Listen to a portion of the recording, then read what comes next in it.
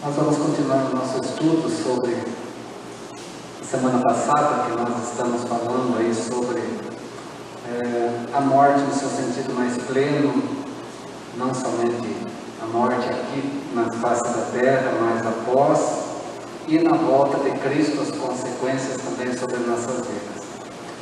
Nós tínhamos aí 4 perguntas sobre a morte e as suas consequências, que era: qual o propósito da morte na vida cristã? O que acontece ao corpo e à alma quando morremos? E quando recebermos o corpo ressurreto, como ele será? Nós vimos 3 coisas na semana passada: que a morte não é uma punição para o cristão, não é porque ele morreu que ele foi punido por Deus. Vimos que o resultado final da vida aqui na terra, tanto para o cristão quanto para o não cristão, é que nós estamos no mundo decaído. Enquanto esse mundo decaído estiver presente, a morte ainda estará presente. E Deus, na vida cristã, Ele usa a experiência da morte para completar a nossa santificação, para nós experimentarmos o bom de Deus aqui na terra, mesmo diante das adversidades que nós vivemos. Ficou tranquilo até aqui essas 3 questões? Tem alguma pergunta ainda em cima delas ou não? Tranquilo? Então prossigamos. Nós vamos ver ainda mais algumas coisas sobre a morte em reflexo na nossa vida ainda, e depois nós vamos começar a ver algumas teorias em relação a isso e o que acontece também na vida do não cristão.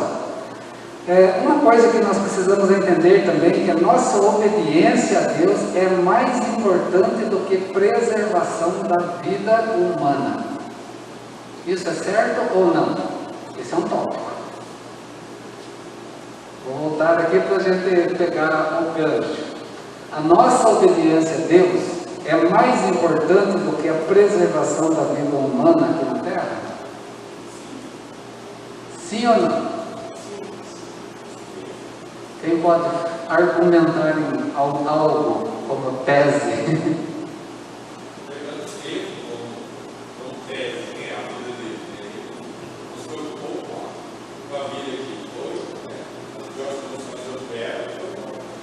Em partes você matou a charada. Em partes. Se Deus usa a experiência da morte para aprofundar a nossa confiança nele e para fortalecer nossa obediência a ele, nesse sentido a obediência está acima do sentido vida terrena aqui na terra. É importante então nós lembrarmos de que o alvo de preservar a vida deste mundo a qualquer custo, como às vezes nós vemos, não é o alvo maior para o cristão. Ainda estou falando de cristão. O alvo de preservar a vida neste mundo a qualquer custo não é o alvo maior para o cristão, porque há uma diferença entre o cristão e o não cristão nesse sentido. A gente precisa entender isso. O alvo nosso não é preservar a vida em todo o que é custo, é também. Mas existe uma cláusulazinha para o cristão que faz com que isso não seja a totalidade nas nossas vidas em algumas situações. Em algumas situações, difere-se o cristão do não cristão. A gente vê isso acontecendo. Quando eu falo sobre isso, quando esse tópico diz que a nossa obediência a Deus é mais importante do que preservar a vida, não trata aqui de estar dizendo que a vida é banalizada por nós. Nós precisamos preservar a vida, sim. Não podemos desmerecer a vida que nós vivemos aqui na Terra, porque toda vida que nós vivemos aqui na Terra tem um propósito divino também. E nós sabemos disso como cristãos. Não é a banalização e nem o desmerecimento da nossa vida que eu quero trazer.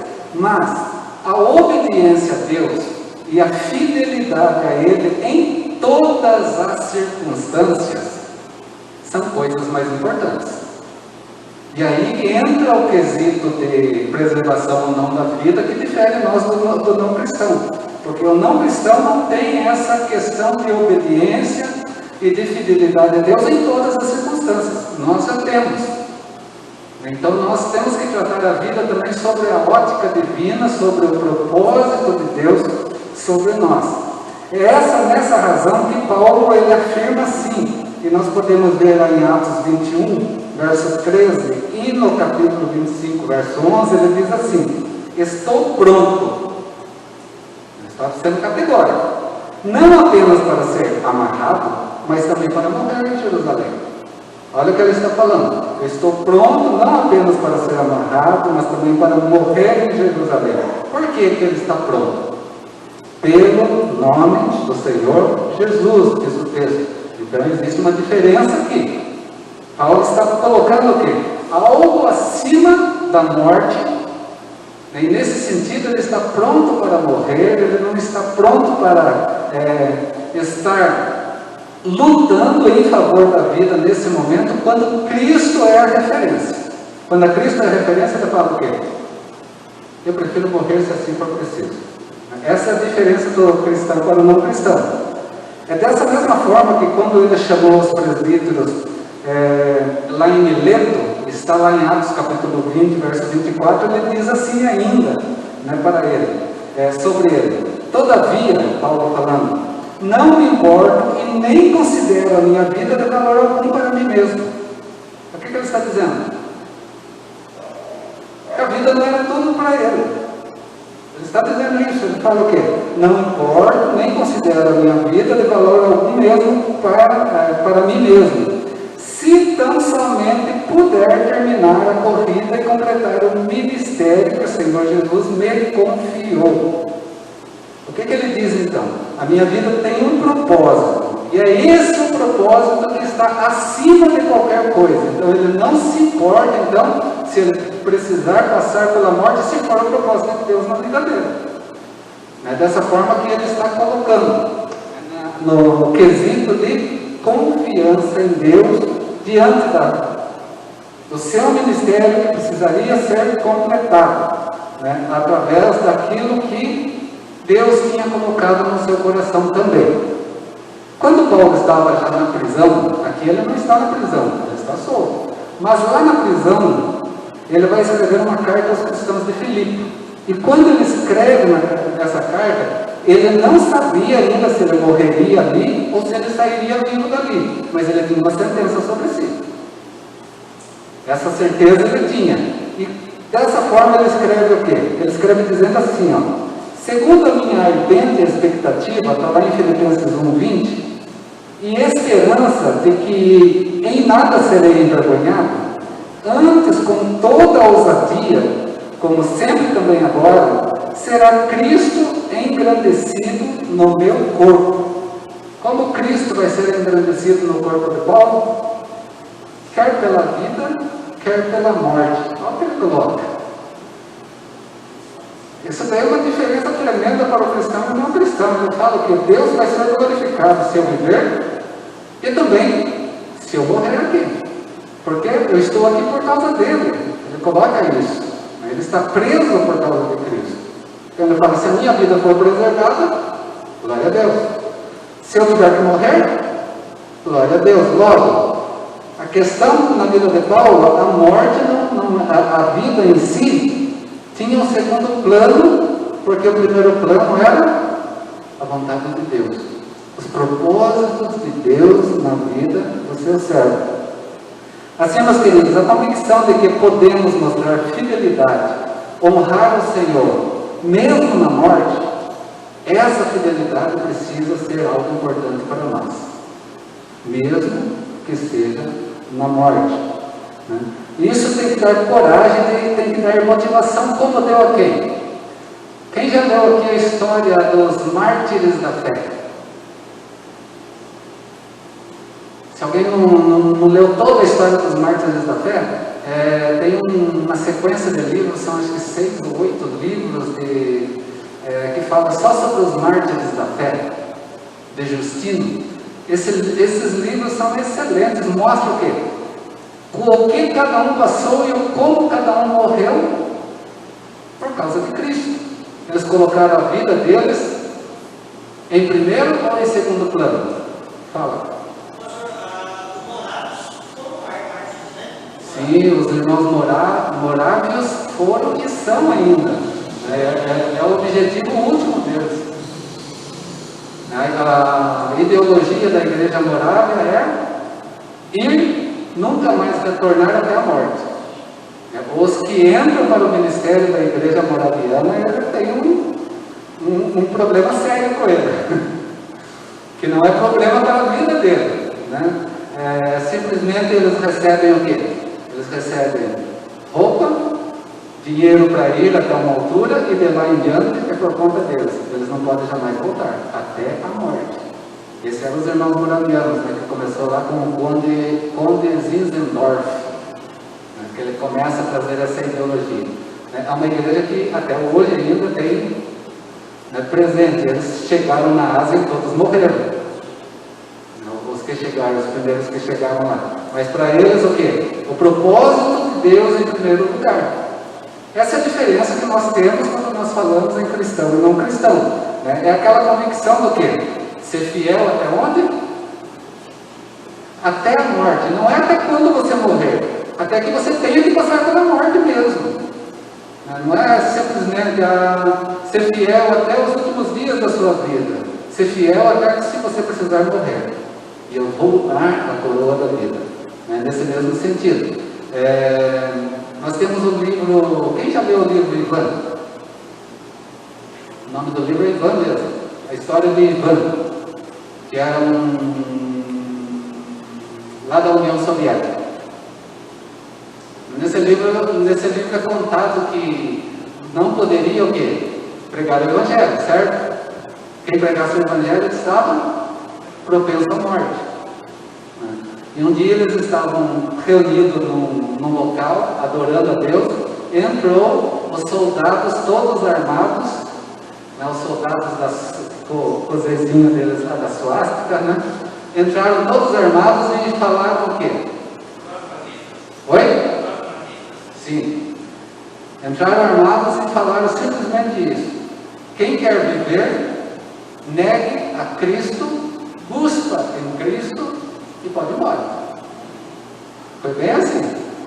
Se isso acontecesse hoje dentro das igrejas, será que as pessoas iriam ter essa ideologia? Os cristãos? O interessante foi, sabe o quê? Foi o que aconteceu com vários naquela igreja, naquele momento. É uma história real. Os que ficaram por quê?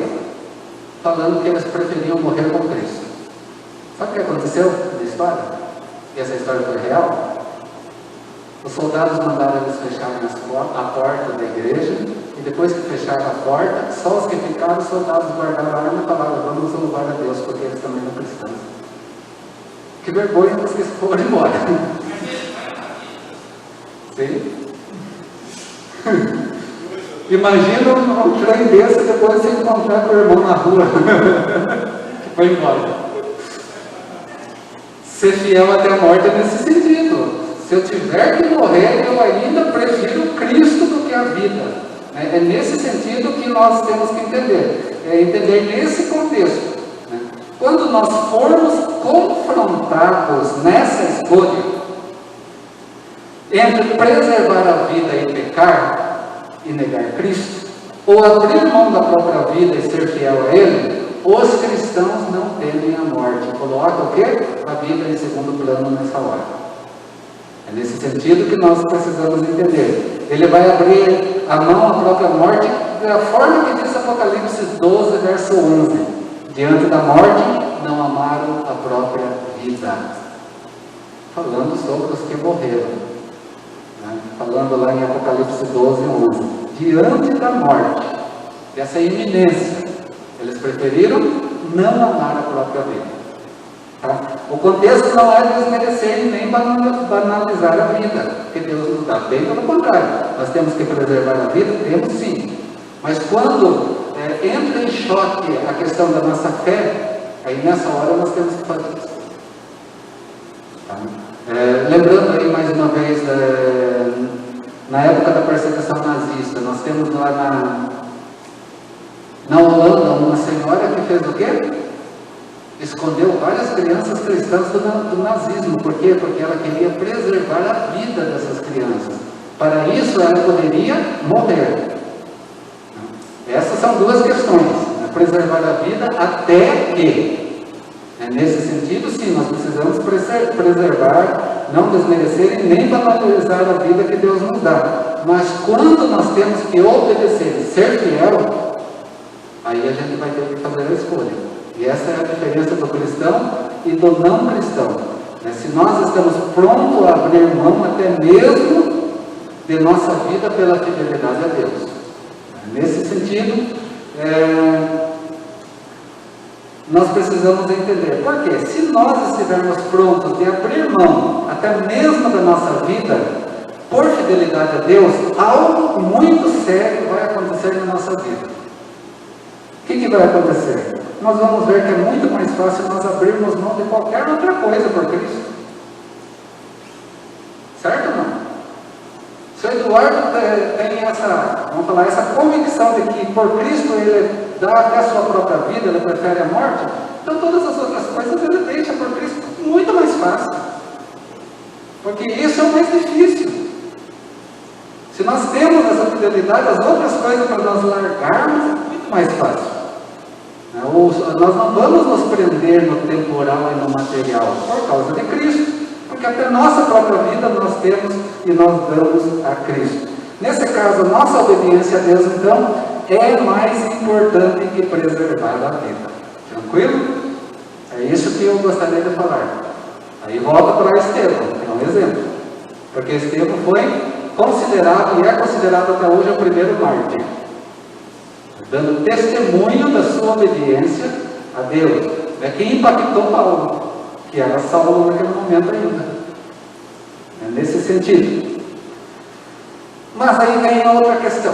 O que devemos então pensar sobre a nossa morte e a morte dos outros? Nós vimos até agora a consequência da morte na vida do cristão. Tá? Mas o que nós devemos pensar então sobre a nossa morte e na morte do outro? Na nossa própria morte, como cristão, o Novo Testamento nos encoraja a ver a própria morte não com temor, mas ver a morte com alegria.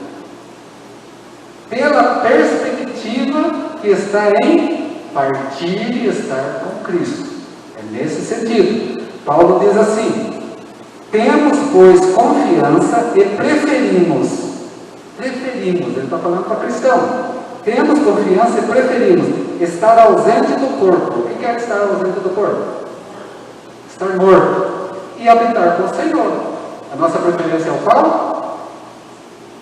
Estar ausente do corpo e habitar com o Senhor. Está lá em 2 Coríntios capítulo 5, verso 8. Essa é a preferência cristã.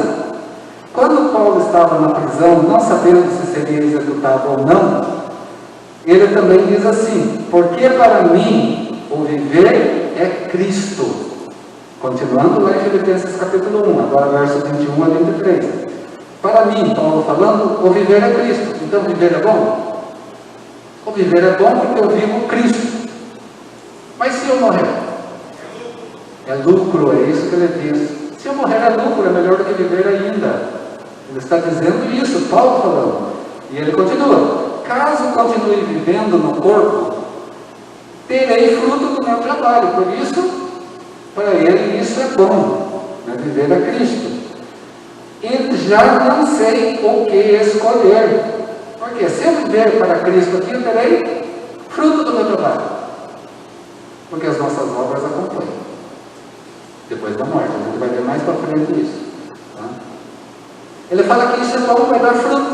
Mas daí ele fala: já não sei mais o que escolher, porque viver é Cristo, mas não morrer é lucro. Ele está num dilema aqui tremendo, Paulo falando. E ele diz o quê? Ele diz: eu estou pressionado dos dois lados. Qual era a pressão dele? A partir de estar com Cristo é muito melhor. Mas o viver também é lucro, porque eu tenho o que fazer por Cristo.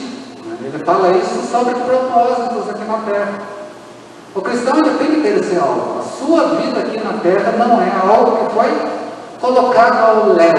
Ele tem um propósito. Tudo que ele faz tem que ter Cristo, e isso é lucro. Mas morrer é muito melhor, porque eu vou estar com Cristo gozando de todas as delícias. E levando o que? O fruto do meu trabalho também. É isso que Paulo vem dizer.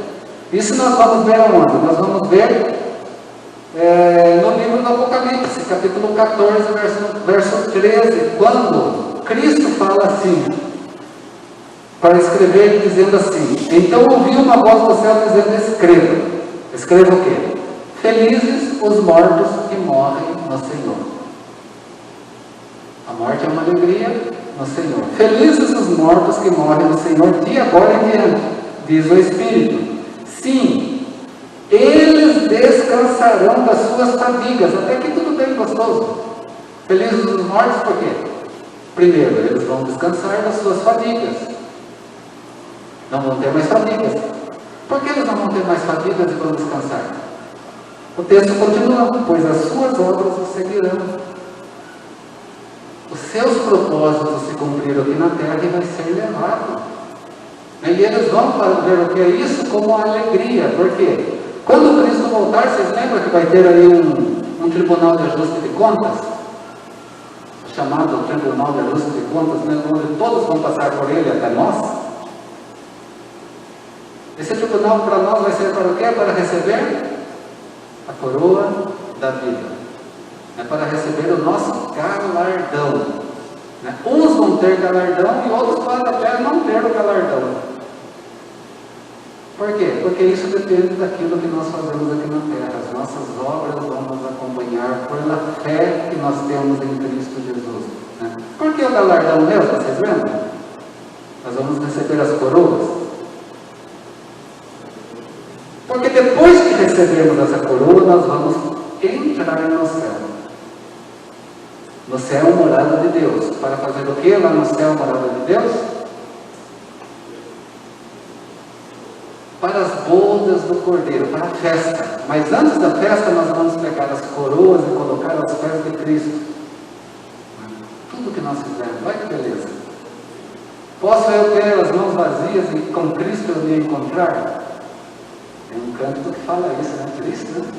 Será que eu posso ter as mãos vazias para encontrar com Cristo? O que eu vou mostrar da minha fé a Ele? Chega a ser feio, né? Por isso, felizes os mortos que morrem no Senhor, porque eles descansarão, pois as suas obras os seguirão. Eles são felizes por isso. Porque para eles não tem feiura nenhuma. Nesse sentido. Assim então, meus queridos, os cristãos não precisam ter medo da morte. Nesse sentido, não precisam temer a morte. Porque a Escritura nos assegura o quê? De que nem mesmo a morte será capaz de nos separar do amor de Deus que está em Cristo Jesus, e isso para nós é causa de felicidade. Mesmo que nós soframos aqui na terra por Cristo, esse sofrimento vai transformar em felicidade quando nós nos encontrarmos com Ele. É nesse sentido que diz a palavra de Deus. Por isso que Hebreus capítulo 2, verso 15, nós lemos a semana passada, vou lembrar novamente, diz o quê? Aqueles que durante todavia estiveram escravizados pelo medo da morte, naquele dia não vão ter mais o medo dessa morte. Por quê? Porque o que causa a escravidão e traz o medo da morte é o pecado, que já não pode mais habitar em nós. Então a morte para nós não é algo que vai nos causar medo, porque Cristo já nos libertou. Esse é o sentido que nós temos. Assim como cristãos, então, nós encaramos a nossa morte. Mas vamos lá. Para nós cristãos, a morte é uma alegria. A Sônia morreu, para ela foi uma festa. Para ela, é como nós encaramos a morte, certo? Para ela foi uma festa, porque tudo aqui já passou. Ela vai levar com ela o fruto da sua fé diante de Deus. Isso é causa de alegria, e ela vai descansar das suas fadigas. Acabou a minha aula, ela não precisa dar mais. Olha que delícia. Tranquilo? Tá, para ela é isso. Mas e para o Eduardo?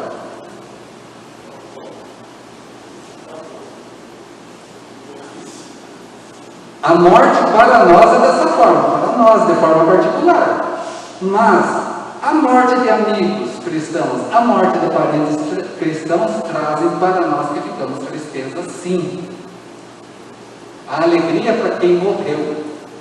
Nós vamos sentir tristeza sim, gente. Não pode ser diferente, senão nós não seríamos humanos, né?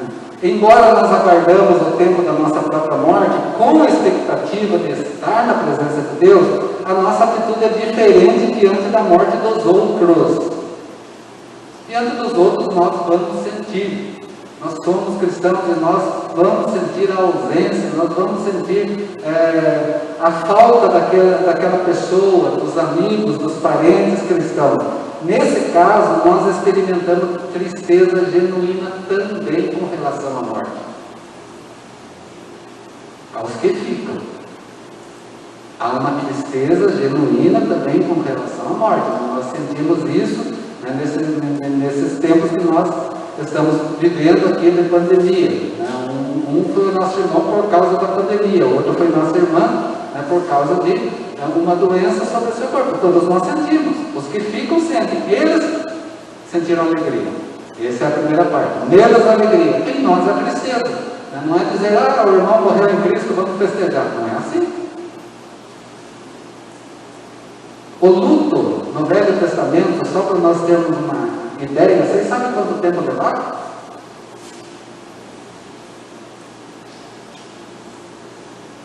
Alguém sabe?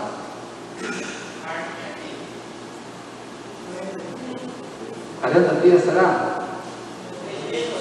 3 meses? Você sabia que se alguém morresse na guerra, vamos falar, se um filho morresse na guerra, o pai perdesse um filho na guerra, e ele tivesse um outro filho, durante 1 ano esse filho não poderia batalhar uma guerra, porque o luto era 1 ano. Eles sentiam, durante esse período todo. Nesse caso, nós vamos experimentar tristeza sim por causa do outro, né? E tristeza genuína. Certo que a nossa tristeza vai estar mesclada com a alegria, porque nós sabemos que já estamos no Senhor. Isso é conforto, isso é consolo, que traz alegria. Nós não vamos fazer festa por causa disso, mas nós vamos nos entristecer por causa disso sim. Tá? Por isso, para o cristão não é errado também expressar tristeza real diante da morte do outro.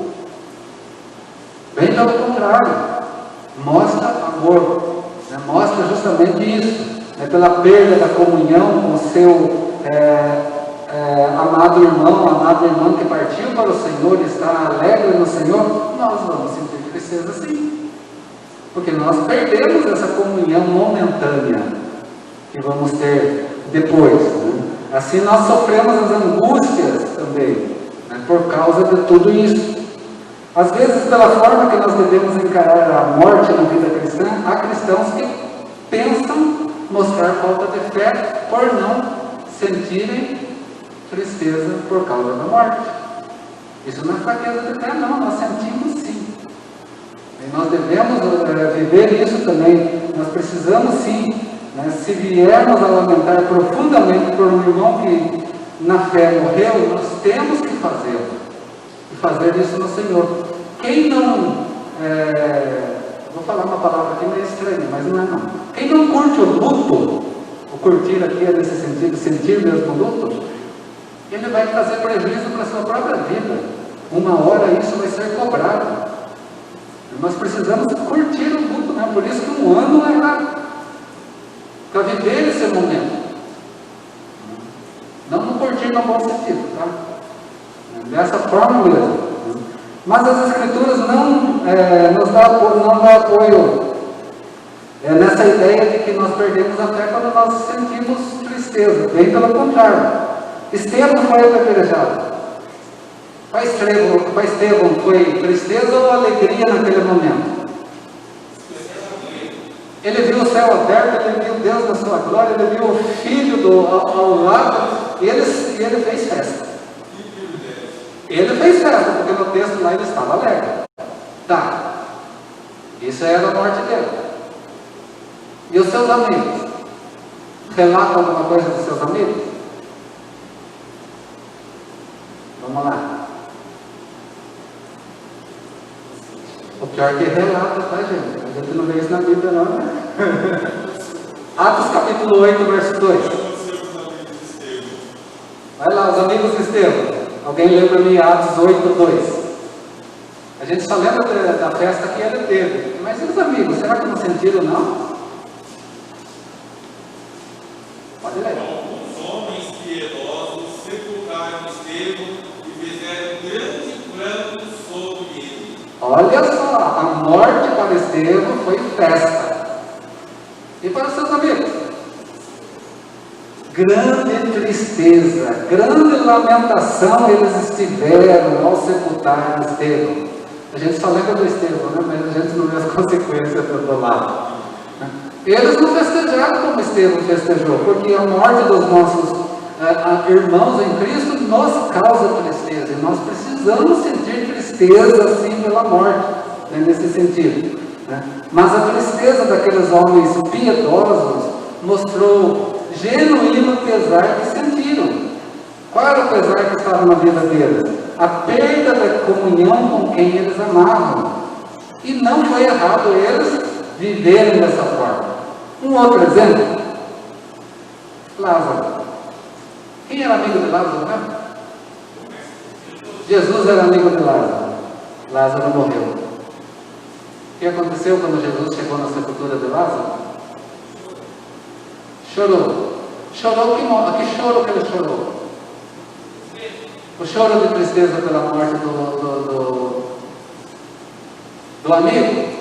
Chorou a tristeza da morte do amigo. E ele chorou também pela morte, de forma geral. Jesus chorou 2 vezes, se a gente for pensar. Porque ele chora por causa disso, mas ele chora porque ele vê o que a morte causa também, né? Mas Jesus, na sepultura de Lázaro, chorou, está lá em João, capítulo 11, verso 35. Ele mostrou tristeza pelo fato de Lázaro ter morrido. Mas ele sabia que Lázaro iria ressuscitar porque ele ia fazer isso. Por isso que ele chora também pelas irmãs de Lázaro. O choro dele tinha essa conotação também. E dos outros que estavam tristes ali. Jesus não simplesmente chega ali e fala: vocês estão chorando, para de chorar, Lázaro sai para fora e pronto. Ele se colocou igual. Sim, ele curtiu vamos falar por assim dizer, a morte, o luto naquele momento. Jesus chorou a tristeza humana diante daquele momento. Não simplesmente chorou por causa do seu amigo, pelo fato da morte estar presente ainda sobre a face da terra, porque em última instância a morte é antinatural, ela não é natural. Nunca foi, Deus não fez o homem para morrer. Por isso nós temos que entender que para Deus, diante da sua criação, a morte não é algo presente e natural. Nunca foi propósito de Deus para isso. Mas a tristeza que nós sentimos pela morte dos nossos queridos tem que estar misturada com a esperança e a alegria do cristão que partiu. Então nós também vamos encarar a morte com tristeza, mas também diferente do mundo ainda. Nós sentimos tristeza, mas ao mesmo tempo somos consolados e confortados e fortalecidos por saber que esse irmão está, ou essa irmã está, se alegrando do Senhor. E um dia todos nós nos veremos novamente. Esse é o sentido que nós temos. Paulo não diz aos Tessalonicenses que eles não deveriam de forma alguma sentir aflição com relação à morte, por causa daqueles que haviam morrido. Mas quando ele escreve em 1 Tessalonicenses, no capítulo 4, verso 13, ele diz assim: irmãos, não queremos que vocês sejam ignorantes quanto aos que dormem. Depois a gente vai entender se dormem, tá? Ele está falando quanto aos que morrem, para que não se entristeçam como os outros que não têm esperança. Opa! Vocês podem se entristecer, Paulo diz, diante daqueles que morrem. Mas mesmo nessa tristeza, vocês têm que fazer o quê? Se fortalecer na esperança. Não é jogar a toalha de forma geral, mas é saber que é um momento apenas. Logo, isso vai estar sendo diferente. Eles não deveriam se entristecer do mesmo modo no mesmo desespero amargo como os descrentes. Porque Paulo está falando para cristãos. Ele fala, não seja como os outros. Outros quem? Os descrentes. Vocês têm uma esperança. Sintam tristeza sim, mas vocês sabem que não é aí e acabou. Mas certamente vocês vão se entristecer sim. Paulo está assegurando nisso. Por isso que ainda no capítulo 5, verso 10, ele diz assim: morreu por nós, falando sobre Cristo, para que, quer estejamos acordados, quer dormindo, vivamos unidos no Senhor. Quer acordados, vivendo aqui na terra. Quer dormindo ou mortos, vivendo no Senhor. Não é mortos dormindo aqui na sepultura, não. Porque ele fala, dormindo, mas vivendo no Senhor. Não está falando sobre um período transitório até que Cristo volte. Ele está falando que Cristo morreu para nós, para que nós vivamos dessa forma. Desse modo, Paulo vai encorajar a nós.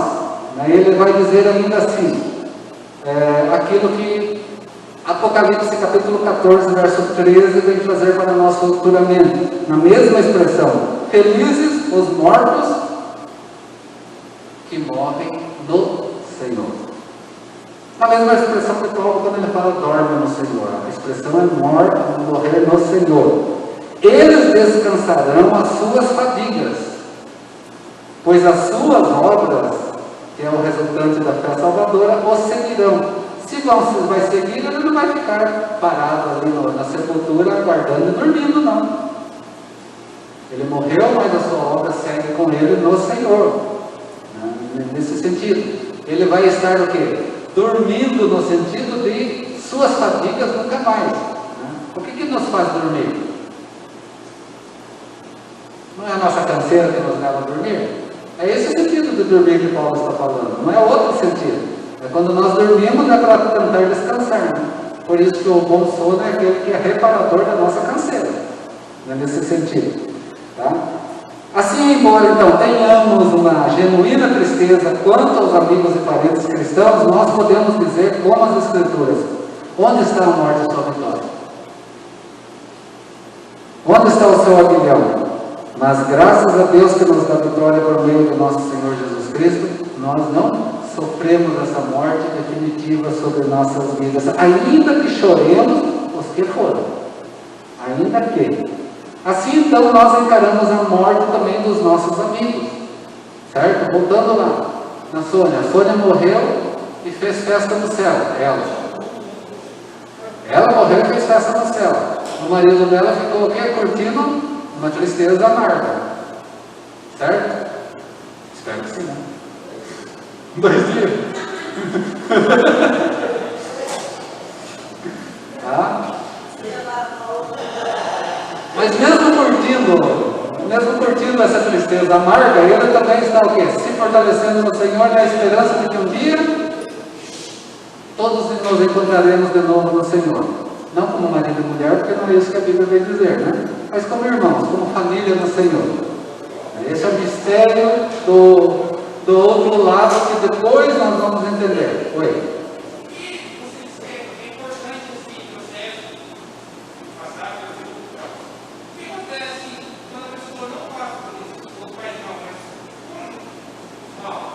Quando a pessoa, vamos falar, morreu alguém, ela não deixou a tristeza para dentro de si e não trouxe para fora. Isso daí psicologicamente uma hora vai ser cobrado dela. O próprio corpo, o próprio organismo vai cobrar isso. Porque nós precisamos expressar, a gente não vai conseguir guardar para si sempre. Uma hora isso tem que sair. Esse é o sentido de curtir, né, o luto nessa expressão. Porque não é benéfico para nós guardarmos para dentro de nós. Nós precisamos chorar a morte da pessoa querida. Isso daí é importante. Eu tive 2 momentos na minha família que eu tive que me guardar de chorar, mas uma hora eu tive que chorar. A Luciana sabe disso, dessa história. Na minha irmã eu não pude chorar porque todo mundo estava perdido. Quando minha irmã com 40 anos morreu. Na morte do meu pai também eu não pude chorar porque eu tinha que cuidar de todos os trâmites e todo mundo estava perdido. Mas uma hora você precisa. Eu fui guardando, chegou uma hora, não, eu parei e falei, não, eu preciso chorar. Não foi do dia para o outro. Passou tempo nisso na minha vida. Nós precisamos, isso é importante para nós. A gente precisa exteriorizar também os nossos sentimentos, não só jogar para dentro de si. Tranquilo? Por enquanto, tranquilo?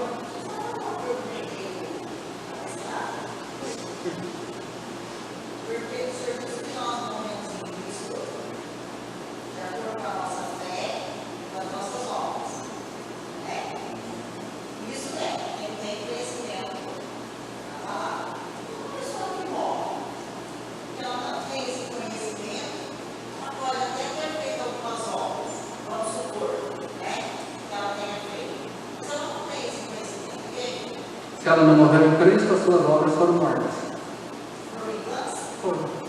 Foram só para esse momento. Sem Cristo. Tudo que nós fazemos para a eternidade. Os nossos tesouros é para a eternidade. Essa é a diferença de nós com não cremos. Essa é a diferença. Até aí, quem é sobre isso agora?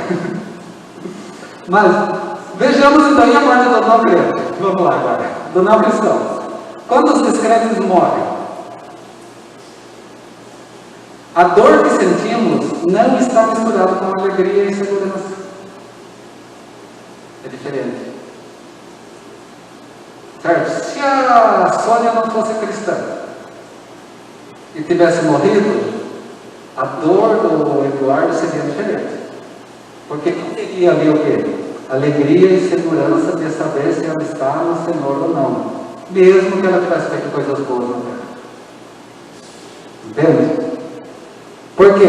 Porque nós não podemos dizer, está para sempre no Senhor. Isso daí é uma tristeza doída, muito maior.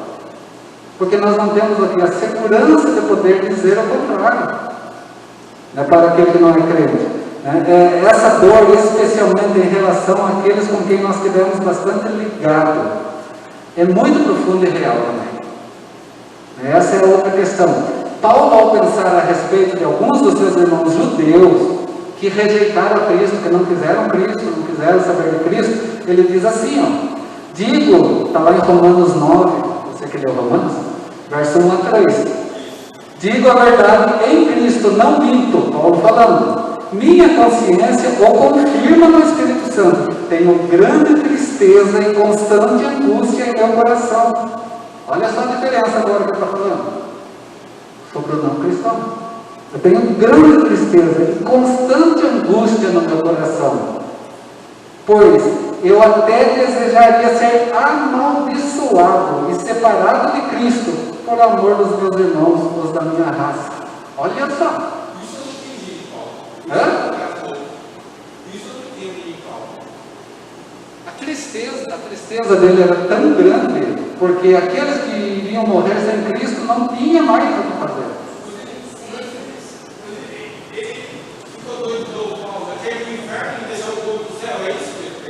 A tristeza que ele estava sentindo, ele está tentando expressar a tristeza que ele estava sentindo. Seria como isso mesmo, como ele estar separado de Cristo também. Porque ele estava sentindo a tristeza dos seus irmãos que estão partindo sem Cristo. É uma tristeza complicada. Humanamente falando, não tem sentido você passar a eternidade longe de Cristo. É uma burrice sem tamanho. Mas ele estava fazendo o quê? Ele estava se colocando no lugar do outro. Esse se colocar no lugar do outro. Quando morre um descrente, a gente se coloca no lugar dele. Qual a tristeza que a gente vai sentir? Sabendo que só existem dois caminhos depois da morte: paraíso, que é o céu, ou inferno. Não tem como ficar no meio termo. A gente vai ver isso semana que vem, que não vai dar essa semana. É certo que muitas vezes não temos certeza absoluta de uma pessoa, né, que persistiu até a morte rejeitando a Cristo, se ela vai estar com Cristo ou não, se deu tempo para ela ou não. A gente não tem isso. Eu vou dizer para vocês, como pastor, é terrível quando eu tenho que fazer um funeral de uma pessoa que não é de igreja. Por quê? O que eu posso dizer? Eu tenho que mudar o foco, eu tenho que falar para as pessoas que lá estão só. Não pegar exemplo. Como que eu vou pegar? Minha irmã, quando faleceu com 40 anos, aquela semana ela estava voltando para Cristo. Ela estava fora da igreja anos. Estava voltando para Cristo. E mesmo assim, quando ela faleceu, meus 2 sobrinhos chegaram perto de mim e falaram: tio, aonde está minha mãe agora? Eu olhei para a cara dos dois naquele momento, eram pequenininhos ainda, não eram tão grandes.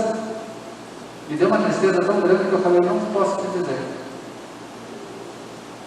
Ela estava voltando para Cristo. Deu tempo? Era sincero? Eu não posso dizer. É nesse sentido que Paulo está citando. É terrível. O conhecimento da morte iminente que uma pessoa tem pode às vezes fazer o quê? Pode mudar o seu coração. Foi o que aconteceu com o ladrão na cruz. Mudou seu coração, o outro não mudou, porque aquele lá mudou. Né? E naquele que mudou a gente pode dizer, naquele que não mudou também a gente pode dizer ao contrário. Mas quando nós não sabemos, e não sabemos se deu tempo àquele não cristão de um arrependimento sincero e genuíno, o que nós vamos dizer? É triste. Qual é a segurança que nós temos de um parente dessa forma?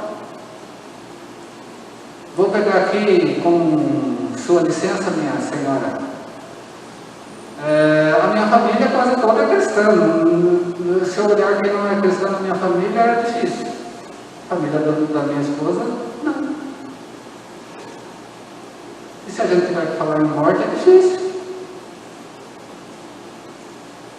De um lado a gente tem esperança, do outro lado a gente pode dizer que tem. É difícil. Porque conhecimento tem. Mas e a fé genuína em Cristo Jesus? Tirando Maria de lado, tirando outras coisas de lado. Então se torna difícil para nós aí, eu estou descrendo na nossa vida, é muito doloroso. É isso que Paulo está dizendo. Né? Porque nós simplesmente não sabemos se vai estar com Cristo ou se não vai estar com Cristo. Se vai estar desfrutando das delícias ou se vai estar sendo atormentado no inferno, porque é só essas duas coisas que vai ter. E lembrando que o inferno ali não é lago de fogo. O inferno não tem fogo não, só o inferno de dano. Porque o inferno vai ser lançado no lago de fogo no último dia. O inferno é a ausência de Deus. Por isso que é ranger de dente mesmo. Eu costumo dizer, você quer saber o que é inferno? Entenda o que é Deus. Entenda o que é Deus e veja tudo o contrário. É o inferno. Deus é amor. O inferno é a ausência de Deus. O que vai ter no inferno? Só ódio. Deus é vida. O inferno é a ausência de Deus. O que vai ter no inferno? E por aí vai. Pega tudo que é Deus e pega o contrário e você vai ver o que é inferno. O lado parece que é melhor até nessa hora. Por isso que ali é ranger de dentes mesmo, é sofrimento. E não tem como ser, ou é paraíso, que aí é descanso, é o sono mesmo, é descanso, ou é inferno. Não vai ter outra alternativa. Após a morte de um cristão, seria equivocado nós oferecermos qualquer indicação se nós pensarmos que foi para o Senhor. É equivocado, é difícil isso, a gente falar isso. Porque nós não vamos ter referência sobre isso. Não vai ter como nós falarmos. É esse o doloroso para Paulo. Esse é o problema sério. O que é melhor, vamos falar, diante da morte de um não cristão naquele momento? É falar o que Deus pode fazer para quem está vivo. Porque a gente vai ter que ignorar aquele momento na vida do morto. Porque a gente não sabe. Tem que ignorar, isso é terrível. É por isso que Eclesiastes 7:2 fala: melhor ir à casa onde há luto do que ir à casa onde há banquete. Porque naquela onde há luto se vê o fim de todo homem. Aí você começa a entender a vida.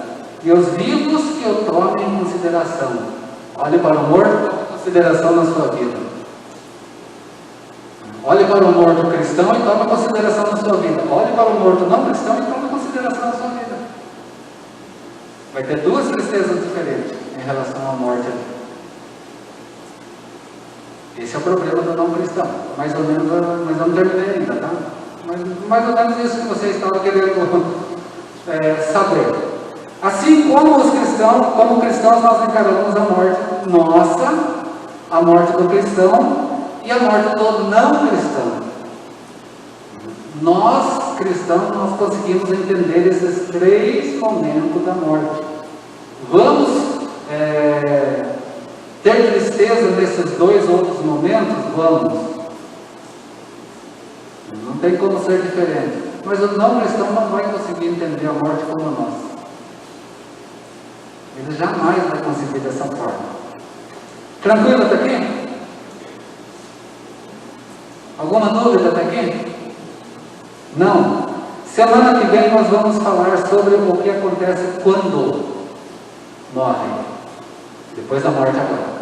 Então nós vamos entrar semana que vem no depois da morte, tá? Para nós entendermos. Tem duas teorias com relação depois da morte. Que é o purgatório para o catolicismo romano popular e para o adventismo e outros segmentos é o sono da morte, ficar na sepultura. Nós temos essas duas teorias que nós vamos entender e ver isso se a palavra de Deus fala, se há alguma verdade. Tá? Tranquilo? Por que entender isso? Por mais que a gente compreenda, nós vamos ter que ensinar. Nós precisamos ensinar as pessoas que estão nessa dúvida. Né? Aprove eu estar trabalhando essa questão e dentro de um grupo de irmãos presbiterianos, que tem pastores lá também, mas a maioria irmãos, alguns pastores, eles estavam discutindo essa semana sobre o sono da morte. E uns com a mesma teoria de que a pessoa morre e fica lá aguardando na sepultura até a volta de Cristo. É complicado. Vamos ver isso à luz da palavra de Deus semana que vem. Pois é. Fica dormindo, né? É por não entender o dormir de Paulo. Então nós precisamos olhar bem para isso, né? Ok, irmãos? Quinta-feira que vem, então, nós vamos falar sobre essas duas coisas e até a gente chegar lá no sentido da glorificação quando Cristo voltar. Que Deus nos ajude a isso. Não ficou nenhuma dúvida, né? Tranquilo?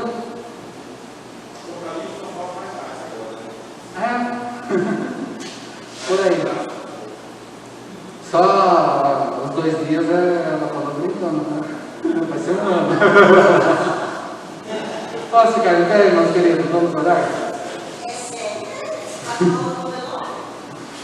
Pois é, né?